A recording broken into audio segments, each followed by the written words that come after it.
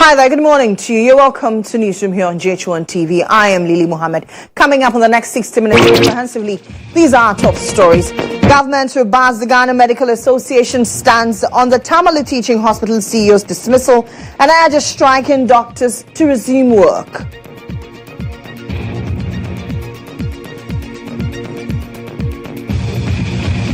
Also, Ghana's armed forces vow firm action to restore calm in Bawku, condemning the surge in violence and warning no armed individuals will be protected.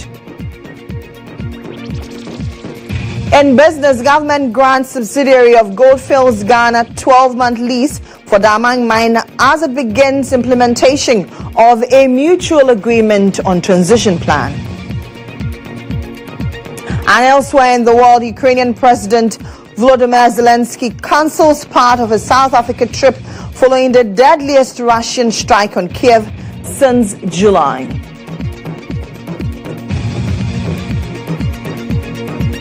We have details of these and many others all in this 60 minutes belt. Please stay tuned in.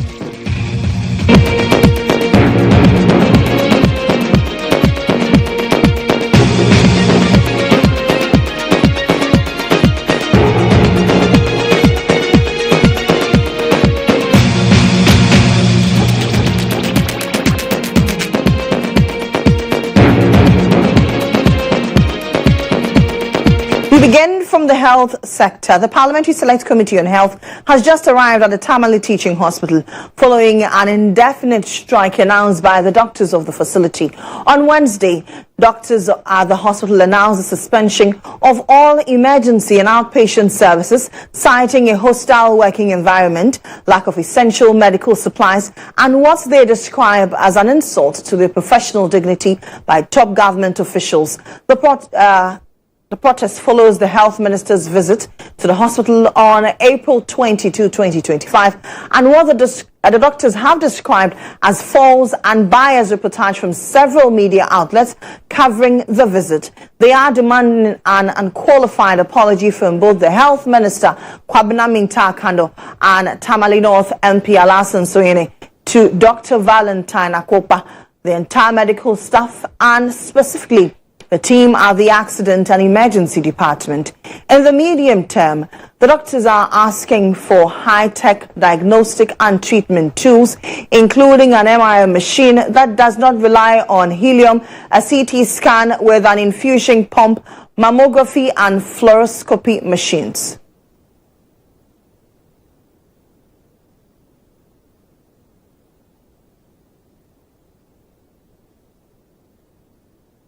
Doctors are also demanding public retractions and apologies from media houses that carried what they describe as false and biased reportage of the incident.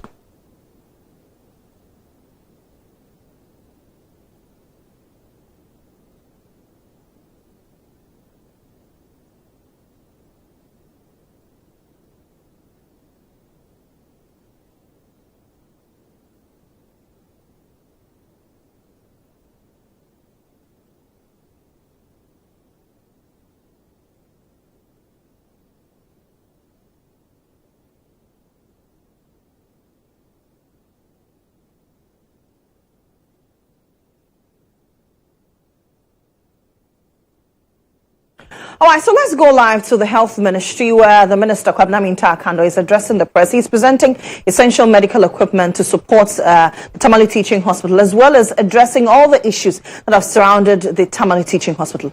Let's go live.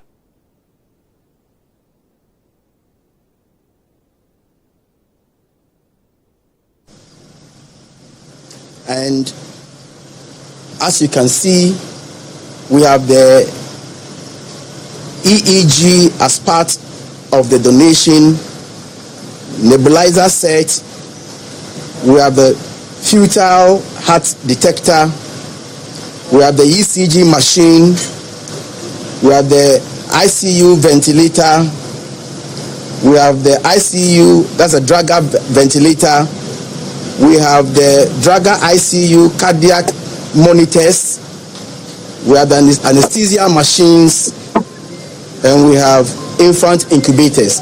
There are about 35 items that we are going to donate today. But ladies and gentlemen, the health sector of this country has experienced decline for the past 8 years. And for that matter, I acknowledge that the health professionals have worked under challenging circumstances. I'm the first person to appreciate that. We are committed as part of the reset agenda in righting the wrongs. But I know that it will not be easy. I need the cooperation of everybody, especially the health professionals. I cannot do all this alone.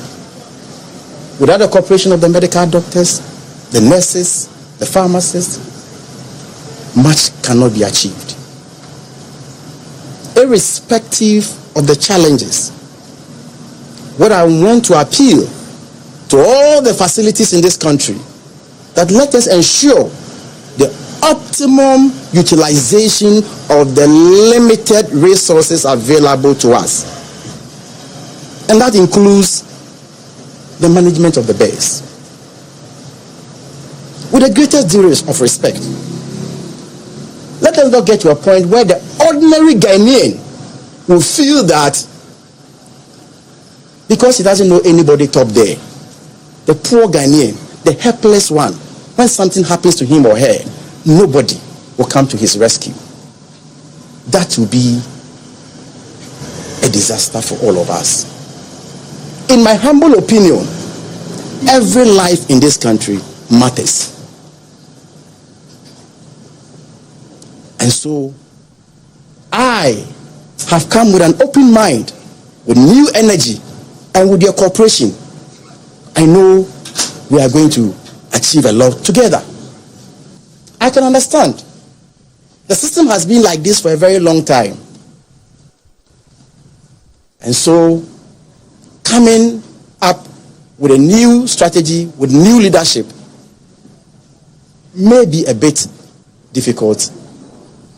But I can assure you, we must all have the ordinary Ghanaian in mind. That at the end of the day, we are all serving the people of this country. Let it not be said that due to the scarce resources we have at our various health facilities, the poor man, the helpless Ghanaian's life has been sacrificed.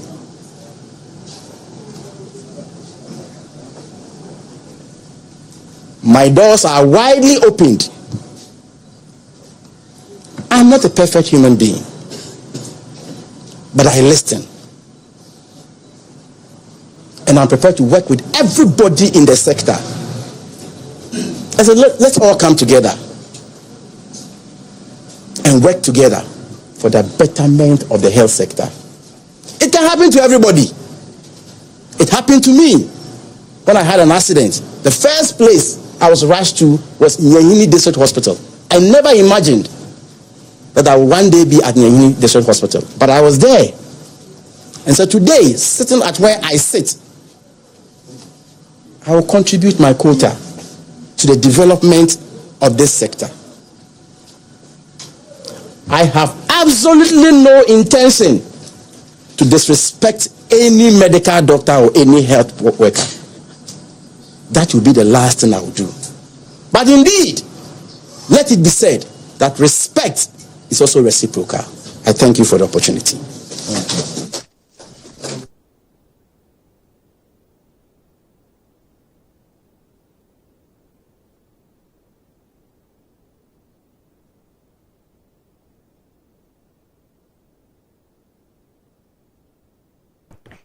So that was Health Minister Kwabna Minta Kando there. He was speaking during a presentation of medical equipment, and then he also addressed issues surrounding the health sector. One issue he mentions is that the health sector is bedeviled with challenges that require critical reforms. He also talks about collaboration with various stakeholders in the health sector, including medical doctors, and he says that he has no intention whatsoever to disrespect any health officer, but was quick to add that respect is reciprocal. Let's engage a health analyst, Samuel Arthur, on this, and he joins me via Zoom. Mr. Arthur, thank you very much. Good morning to you. Well, still morning. Yeah, good morning, and thank you for having me. Right. Let's start off with the issues surrounding the Tamale Teaching Hospital. The CEO was relieved of his position. Just in a day, a new CEO has been appointed. The doctors are making demands. They are making 21 demands, including an unqualified apology from the health minister. The health minister says, listen, the health sector is bedeviled with a lot of challenges. And so he is urging health professionals to be able to optimally utilize medical equipment at their disposal and not shortchange the ordinary Ghanaians. He says he doesn't want to disrespect anybody. However, he equally requires respect. Let me take your thoughts. A penny for your thoughts, sir. So thank you for reaching out to me, and I'm most pleased also to bring my voice to this. Now, it's obvious that emotions actually played out in all that happened in the hospital a couple of days ago. Mm-hmm. We have talked about it. I think for me, the initial decision, and there was the decision to take the CEO away was quite a hasty one, because then I guess we would have loved to get a comprehensive report for a committee which would clearly have pointed to negligence or incompetence or actually not acting on his part. But I want to put that aside for now. On the issue of reciprocal respect, I think the minister has hit the nail right on the head. But somebody would want to ask, what would we call respect in this situation now? It's obvious that at the scene of the incident, a lot of things happened, which obviously pointed to the fact that both factions, I mean the clinicians or people within the facility and then the minister, the exchanges actually did not go well. But for me, I don't even want to look at who is the boss or who is the other, but the kind of engagement that happened and what the real issues are.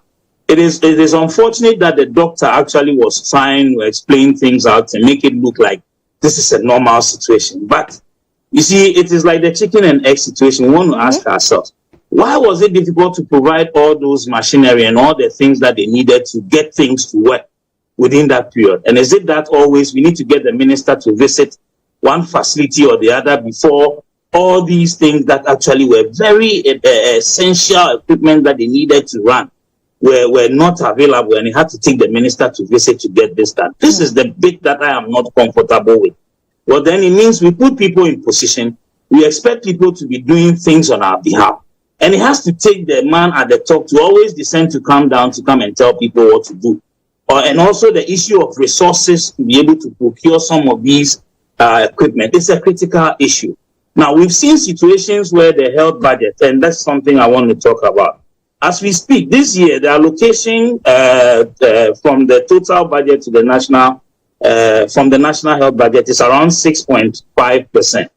Now, this falls way, way, way short of what the Abuja Declaration, which was supposed to be the standard, where countries were supposed to be able to cut out about 15% of their total national budget to go into health. And if they were able to do that over a certain period of about 10 years, it would take them to the point where issues of equipment and resources and supplies obviously would be at a point that is quite reasonable. Now, as we speak, in the last 5 years, it has fallen below 5 to 6%. So it means what actually has to go to the health sector is not going. And then even what actually is budgeted also, what is actually released for the ministry for its work there's always a shortfall. So it's obvious that resources are actually not available for work within, and obviously we need to look at very competent managers who are quite innovative in these situations now. So for me, even though I feel the sacking of the CEO was hasty, looking at the various, for example, the issue of water and how it was explained that way, for me, I think that is petty, because we cannot have a hospital, at least a hospital, without a good water source which is flowing all the time. So for me, if we had a CEO that has been there for more than a year and this situation had persisted and he did not find any way to deal with it, then of course he has to answer some questions. That aside, the bit I am confused about and which I'm very worried is about the action from the doctors. I mean, where they are threatening to withdraw all emergency services. They have actually withdrawn their emergency services. Sorry. As we speak, they are on strike.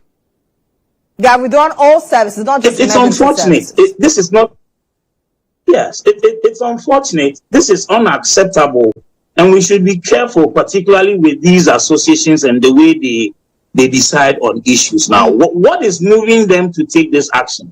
Now they say when two elephants fight, the grass suffers. Yeah. Now, if they want to look at the action of the minister, and for that matter, withdraw these essential services that are supposed to be for you and me, the ordinary people, then they have failed Ghanaians. So for me, it's unfortunate. They should rethink this decision and get back to the emergency ward as soon as possible.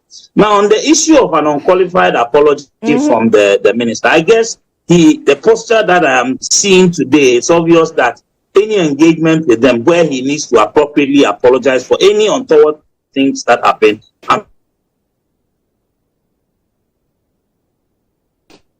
sure he's in the position, but he's the minister, but he things do not go well. He has the power to fire and hire. So for me, that is his prerogative. But the doctors should be thinking about the ordinary citizens who they will be bearing the brunt of this action from what they are doing now. It's not fair, and it is not good for us. Should this be the wake-up call to reforms in our various health spaces, or by extension the health sector? Because I remember a couple of weeks ago the minister also paid an unannounced visit to the Ridge Hospital, and he cited conditions that he felt were not palatable for the ordinary Ghanaian to go through. Is this the time to have those critical conversations? These conversations are long overdue. And that's why some of us feel that the action against the Tamale CEO is a bit unfortunate, because if you walk into all these other hospitals, other teaching hospitals, and some district and municipal hospitals, it is clear that what we found in Tamale Teaching Hospital is not something new. You will find it in several other places. So for me, we need some real transformation, and it will start with re-equipping. We are talking about equipment, real-time equipment that can help real-time diagnosis, so it can help clinicians to be able to do spot-on diagnosis, and that's very essential. And all the other essentials that the hospitals need, it is important. Now, the bit about the internally generated funds and what they could be used for, and that I think we need to look at real innovative managers. We've seen situations where most of these hospitals, they are headed by clinicians who may have risen through the ranks. They are doctors or surgeons, and they get to that level. I guess now we need to begin to look at real managers, hospital or facility managers, people who may not necessarily be clinicians or may have risen through the ranks, but they're engaged and hired, and based on their competence in management in hospital facilities and that, they can be held liable. But as it is, we see situations where, for example, in most district hospitals, it is a doctor that came in, he stayed over for about 13, 14, 15 to 20 years and rises to the top and becomes the district director. That is wonderful. But we want to ask ourselves, is he clearly prepared managerially, looking at how management of hospital facilities and all the other issues are? Will he be in the position to be able to deal with it? And this is some of the things I guess we need to look at moving up. Transformation with the human resource, particularly those heading all the teaching hospitals and some of the district hospitals. And then also issue of supplies. I think we need to hit on this. Right. As we speak to you, now the facility, sorry. No, I'm saying right, go ahead. Yeah, sure. So the facility here in question, and it's strange. I want to also bring this thing up, and I'm not surprised it's coming from the northern region. A couple of years ago, the World Vision launched a report on about 150 or more facilities that were up north. And interestingly, you'll be surprised to know that out of that 150 or more than 68% of these facilities, their water sources had presence of E. coli in it. E. coli, which of course we all know are pathogens that cause people sickness. So if the water sources of most clinics in that area were contaminated, then you ask yourself, what causing so much death cases in TTH. These doctors feel the hospital is theirs and for that matter can do whatever they like. When we move over to X, we have here Excellence Rain, who says the doctors should stop misbehaving, and get back to work. How many more lives do they want the country to lose before their senses come back home? People shouldn't die because of other people's ego. Bonsu says the doctors need to be admitted because they are all sick. We also have here MI. Instead of working to save people's lives, you're demanding unnecessary apologies. And our last comment here, Rich Mind says they couldn't come together like this and fight for the equipment they are lacking. Let them go and employ new doctors. Well, it's unfortunate there are casualties to this issue. Who is right? Who is wrong? Let's see what happens and hope that the patients will win out of all of this. My name is Nanama Aqualili. Back over to you. Thank you very much, Nanama, for those thoughts and comments from our viewing public. Well, let's engage a labor analyst who is a former Executive Secretary of the National Labour Commission. He's also the Member of Parliament for the Bongo constituency, Charles Bawadia. Thank you very much for joining us. Good afternoon. Well, it's still morning. Good morning to you, sir. Hello, sir. Good morning to you. Hello. Good morning. Hello, can you hear me? Yes, I can hear you very loud and clear. Oh, okay. Thank you very much. Good morning, and let me say good morning further to all your listeners. Now, your colleagues on the minority side have cited a few stipulations in the Ghana Health Service Act that the sacking of the Tamale Teaching Hospital CEO is in breach of the Ghana Health Service Amendment Act. What do you say to this? Well, I think that in all these things that we discuss, we should be more interested in the welfare of the people of Ghana. All laws are made for the benefit of the people. So I do not think that we should discuss legalities as though they were not meant to, serve the people's good. So if at all the minister did anything that was in breach of any regulation, there are many ways of dealing with it. I do not think it is appropriate on the part of the doctors to embark on a strike action as a result of whatever the minister thought was improper in the management of the hospital. The doctors think that the sacking of the CEO was unlawful, was unwarranted. Do you think so too? No, I think that, look, you see, every person is appointed to a particular position to produce results. And if in the opinion of the appointed authorities, a person is no longer producing the results, or you think that some other person is better suited for the job, I think it is right for that person to revoke the appointment and with the revocation. I do not think that the government was wrong in doing so. The authority to appoint also implies the authority to disappoint. I don't think there's anything wrong with that. The key thing is whether the patients in the hospital, the people who are sick, who get to the hospital are attended to and, giving the services that the hospital is supposed to provide. That is the important thing. How do we address this going forward from the labor perspective? Well, going forward, I first of all, let me say that, you see, in as much as they are talking about legalities, the law is also against the doctors. The doctors engage in what we call in labor parlance as essential service. And the Labor Act is very clear that if you are providing essential services, you ought not embark on a strike action no matter the nature of the dispute. You are supposed to approach the National Labour Commission, let them have what they call a compulsory arbitration of the dispute and arrive at an award that will be binding on both parties. No service provider in the category of essential services is entitled to just declare a strike action. How about notice? Was notice provided? The answer is no. So clearly, the doctors are involved or engaged in an illegality. And I think they should take a second look, consider the plight of Ghanaians, the sick people who come to a hospital, those who need treatment, who have nothing to do with what transpired. And then with all of their strike action, go back to work, engage the government on the issues that they are putting forward, and then they could judge or find a solution to the dispute. The solution to the dispute definitely does not lie in a strike action, in my view. All right, thank you very much for speaking to us, sir. We do appreciate your time with us. That's Charles Bawku. He's a former Executive Secretary of the National Labour Commission and Member of Parliament for the Bawku constituency.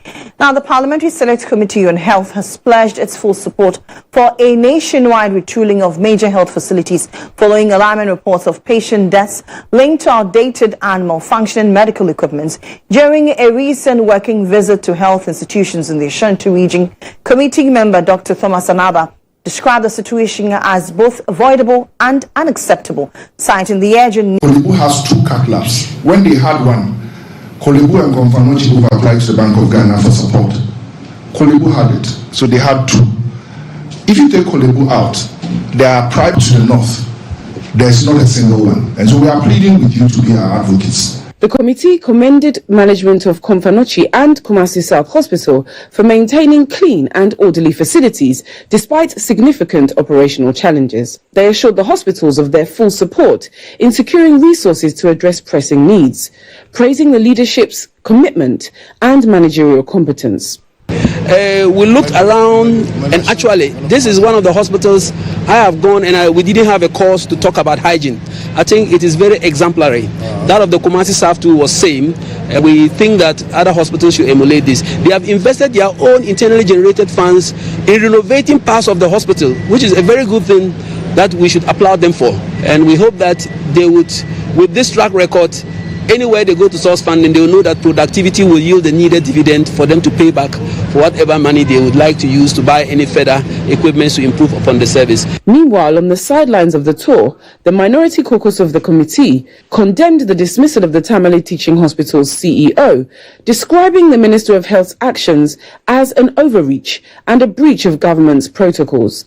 They demanded the CEO's reinstatement. Asking the CEO to step down or to give off his position is arbitrary and capricious.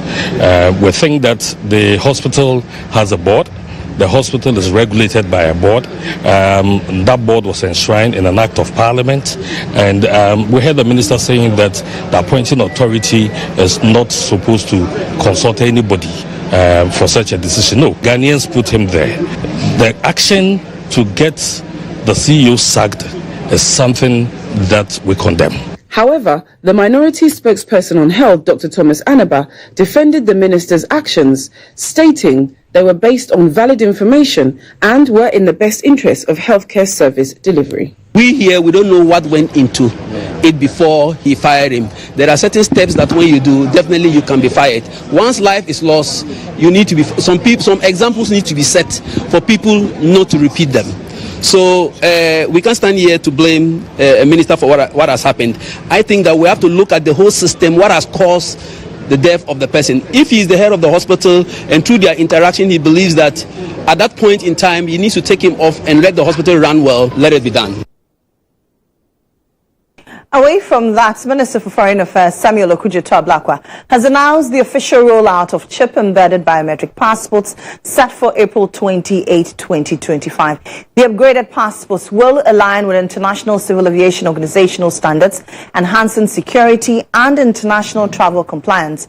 In announcing the rollout, he warned, against the activities of middlemen, commonly referred to as Goro boys, insisting the application process is now fully digital and any attempts at interference will be met with strict legal action.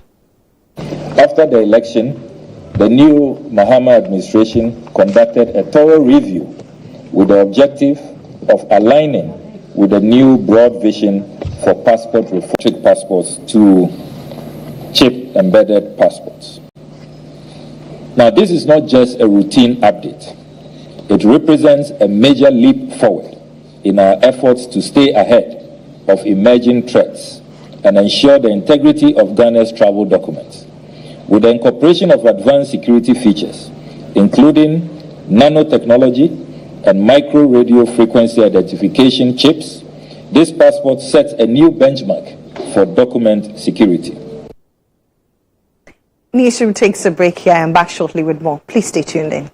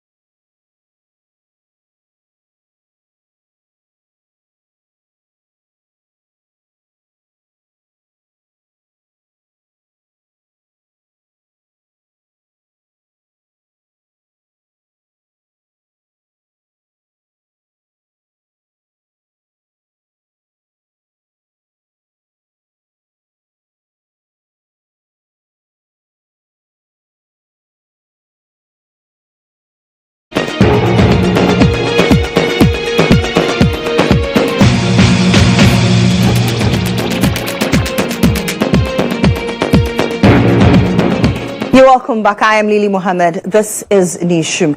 Now, the Financial Intelligence Center has frozen all bank accounts belonging to the Ashanti Regional Chairman of the New Patriotic Party, Bernard Enchibuesiaku, popularly known as Chairman Wontumi. The action follows allegations of financial irregularities linked to the operations of his mining firm, Akunta Mining. The freeze was carried out under Section 56, Clause 1 of the Anti-Money Laundering Act 2020. Act 1044, which empowers the FIC to restrict account access where there is reasonable suspicion of illicit financial activities. Akunta Mining has been under intense scrutiny following reports of illegal operations in the Tano Nimri Forest Reserve, an area the Minerals Commission says the company lacks the proper permits to operate in.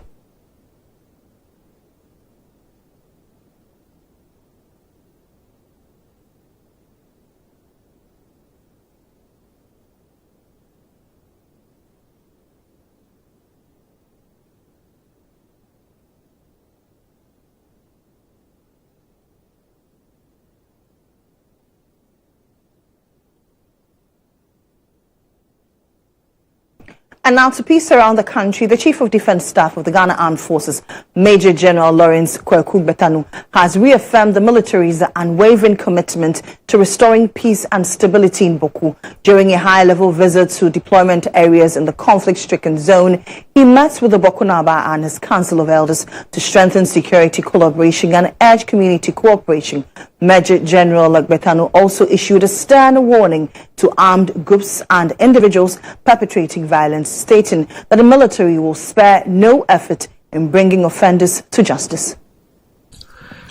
In a strong show of leadership, the Chief of Defence Staff, Major General Lawrence Kwaku Betanu, has led a strategic tour of deployment areas in Bawku, a town rocked by renewed conflicts between feuding factions.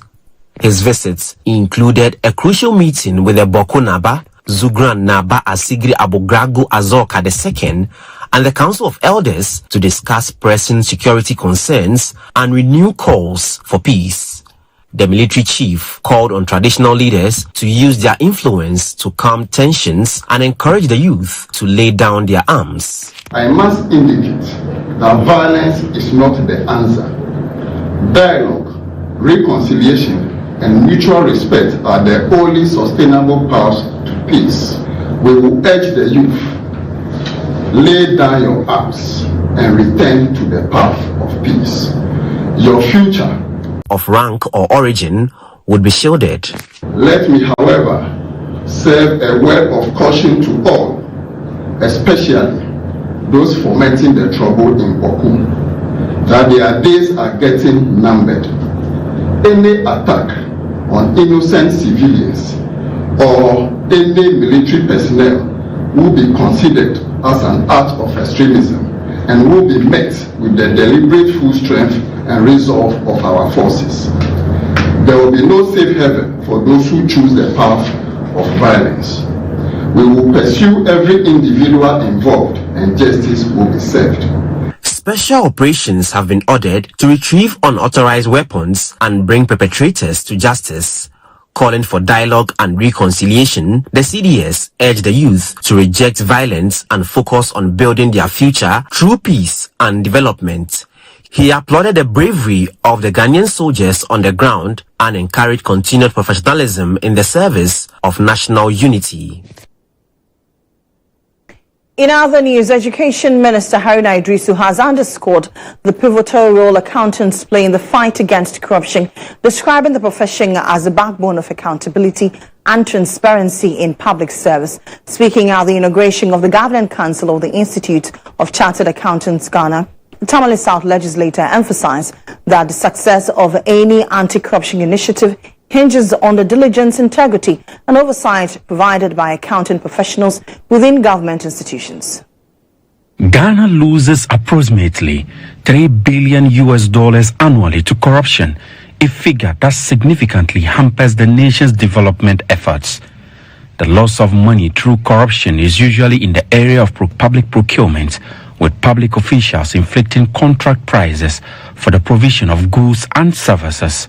Speaking after the inauguration of the newly constituted Governing Council of the Institute of Chartered Accountants Ghana, Education Minister Haruna Idrisu hailed accountants as the pillar of transparency and charged the institute to leverage its integrity and oversight to help in Ghana's anti-corruption drive. I see your role at the heart of the success of any effort by government to combat corruption. Accountants are at the heart of it. The leakages, the over-invoicing, and the under-invoicing can only always be revealed and exposed by you. Do so for the Republic in order that you can guarantee value for money for the Ghanaian taxpayer in the work that you do. Subsequently, the Tamale South legislator challenged the Chartered Institute for Management Ghana, CIMG, with spearheading a new national branding drive to raise Ghana's global profile. Drawing inspiration from the Great Britain's national branding success, Haruna Idrisu urged CIMG to leverage government's flagship programs to attract investors and visiting dignitaries. And as you entered the office of the British Prime Minister, and you can watch it even as you drive past the British Embassy, to the four walls they will put football, Great Britain, technology, Great Britain, culture, Great Britain. So if you walk out of the President of Ghana's office, what do you carry home? So Ghana Institute of Marketing, my second tax to you, brand the country. That if anybody entered President Mohammed's office, if he can't take anything away, he can take big push or 24-hour economy away. But speak it in a language which is eloquent, that a visit that brings out something Ghana, that when you go to the office of the president, you must leave with a definition of who we are. The Institute of Chartered Accountants, ICAG, was established by an Act of Parliament, Act 2020, Act 1058, charged with the regulation of accountancy profession in Ghana, whilst the Chartered Institute for Management Ghana, CIMG, under Act 1021, is mandated to regulate the standard in marketing practice and training of marketing professionals in Ghana. Now, the 2024 presidential candidate of the New Patriotic Party, Dr. Mohammed has strongly dismissed claims that his defeat in the 2024 general elections was due to his religious or tribal background. Speaking. Better than the Christian parliamentary candidate in many constituencies across. So it couldn't be if they were voting because of religion, I shouldn't be performing better than the Christian parliamentary candidate. Even my good friend, in Team Fogio, who is giving a lot of heat to the government at the moment in Thailand. In Team Fogio is a reverend father in Team Fogio, as in South. But I did better than him in his constituency. Notwithstanding our hard work, however, we still suffered a heavy defeat. And when you look at what happened, you will see that it was internal. Many of our supporters did not come out to vote. This is really fundamentally why we lost the election. Now, if you're a police commander stationed in any illegal mining hotspots, brace yourself for a possible transfer. Now, in a bold move to inject new energy into the National Anti-Galamsey campaign, the Inspector General of Police, Christian GHOne, has begun a major reshuffle of police leadership in areas most affected by illegal mining. This comes on the back of a 4-day intelligence-led operation that has led to the arrest of 47 suspects and the seizure of heavy machinery and weapons in the Samaraboy enclave of the Western region. As the fight against illegal mining intensifies, the Ghana Police Service is sending a strong signal to commanders stationed in Galamsey-prone zones. Step up or step aside. The Inspector General of Police, Christian GHOne, has begun a sweeping reshuffle of police commanders in Galamsey-prone regions, including the Eastern South, Western and Western North policing regions, as part of renewed efforts to dismantle the illegal mining network across the country. That is the first phase of the reshuffling. More phases are expected to follow. A lot more reshuffling will be done at various levels, targeted mainly Galamsey areas. Once the task has been assigned to you, definitely the expectation of the administration is made very clear to you. So these officers will know exactly what is expected of them, what the deliverables are, and they are going to work accordingly. This reshuffle marks the first phase of what sources say will be a broader reorganization aimed at energizing the fight against illegal mining. The IGP indicated that he was waging a war against illegal mining, and to succeed at such a war, there are several strategies that you must adopt. And the operations obviously is one main one, and then the reshuffling is another. So based on information and a review of our processes and our activities in these areas over the period, the Inspector General of Police and his management members came to a decision that it was time to inject some fresh energy in the fight against illegal mining. Officers who are the Galamsey areas have been there for a while. They've done their bit. New people are coming in. Let them come with a new focus, a new direction. The IGP has given them clear marching orders. Let's now bring you the latest in business.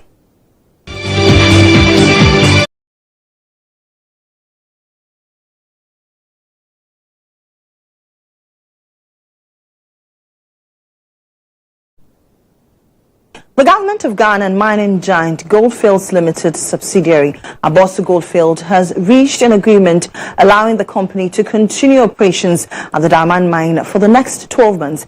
In a statement from government, the temporary arrangement will give both parties time to assess the mine's long-term viability.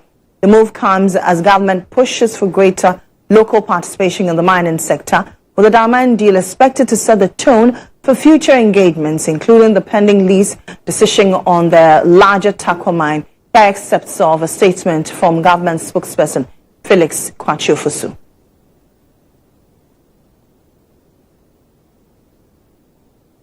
The statement says the government of Ghana and Goldfields Ghana Limited have reached an amicable agreement on a transitional plan for the Damang mine The operational modalities of the transition involve issuing a new 12-month mining lease to Goldfields subsidiary, that's the Abosu Goldfields Limited, pending parliamentary ratification in May 2025. I'm sure you all know that Parliament is on recess.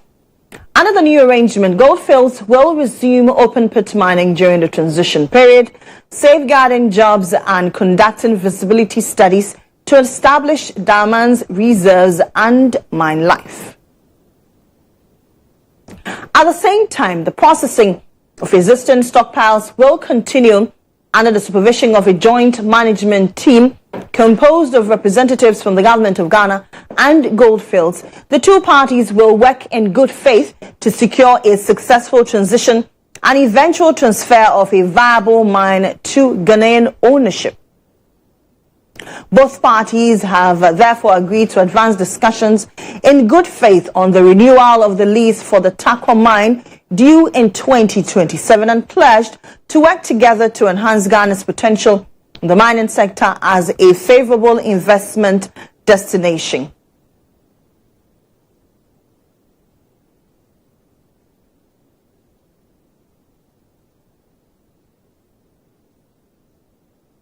So those were excerpts of a statement issued by Minister in charge of Government Communication, Felix Kwachi Ofu. So that's it for business. Up next is sports with Monica Bukari.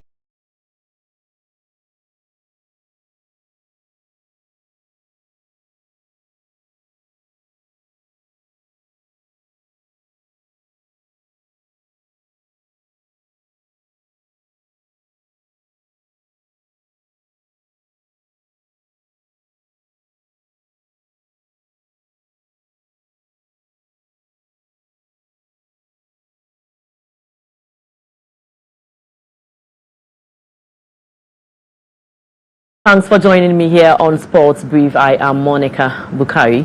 Now, the Minister of Sports and Recreation, Honorable Kofi Adams, has expressed his desire to next president of the Ghana Olympic Committee to invest in grassroots sports and make sure that the young people are not left out. The minister, who was on the panel of EIB Sports Show on who becomes the next GOC president, believes that the committee has the ability to improve a wide range of sports in the country. GOC is for me a very, very big platform. Indeed, GOC should be leading the charge because they have many sports, including football, to manage. Because if for nothing at all, they are responsible for our U23 also. So they are managing virtually every facet of what? Sports.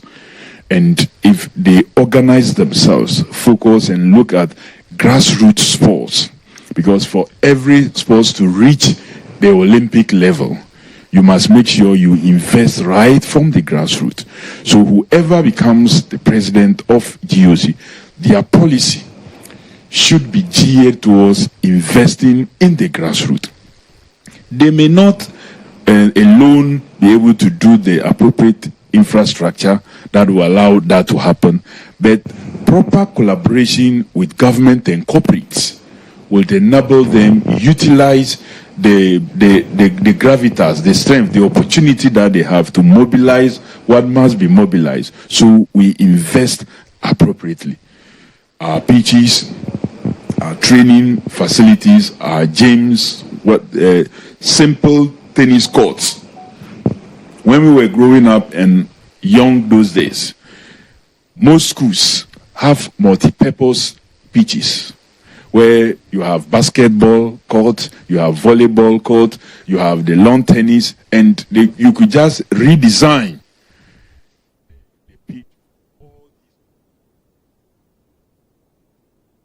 The minister has also urged the next president of the committee to clean house and bring order to the federation and association, insisting that some of them are not disciplined. Must support NSA to bring discipline to the federations. Most federations are not disciplined at all, and it has not helped the growth of sport. And I will not mince words with that. Some of them have just run these federations like family and friends. You see a husband and then a wife and then the daughter or the son are executives. You cannot run sports that way. the corporate governance. I know, yes, they will tell you it's their constitution, but there's a way you can guide as GHOne by offering that kind of leadership under the huge umbrella body. And support to federations should be fair and maybe balanced. It should be fair and balanced. It should not be that, oh, when I was contesting, maybe these persons didn't support me. This one spoke against me. So even if the federation has... Now, the national record holder for weightlifting in the plus 87 kg weight class, Marie Agba-Hughes, has raised concerns over lack of support for her colleague athletes who are in Mauritius for the African Weightlifting Championship. The veteran athlete, who was speaking exclusively to EIB Sports, revealed that President of the Federation, Jerry Ahmed Shaib, had initially pulled the names of some athletes out of the championship. Quite frankly, it's been disappointing that we weren't able to get the full support that we needed to get there. Other people had to intervene to help us get there. And then when we got there, a few of my teammates are there. They weren't allowed to compete because the current weightlifting president pulled our names out. So I had to cancel my flight yesterday in order not to go. But as of this morning, we were told that they've been allowed to compete. My name has been put back into the docket, so I have to get there as soon as possible to compete. My expectation is that when I get there, I can have a smooth competition, hopefully bring home a medal, and just have fun there and just represent my country as always, like I've been doing for the past 9 years. And that's all for Sports Brief. My name is Monica Bukai. But do stay tuned at 1 p.m. when we bring you the game here on GHOne TV and Star FM. Back to you, Lily Mohammed. I like the way you mentioned my name. It's now time for international news.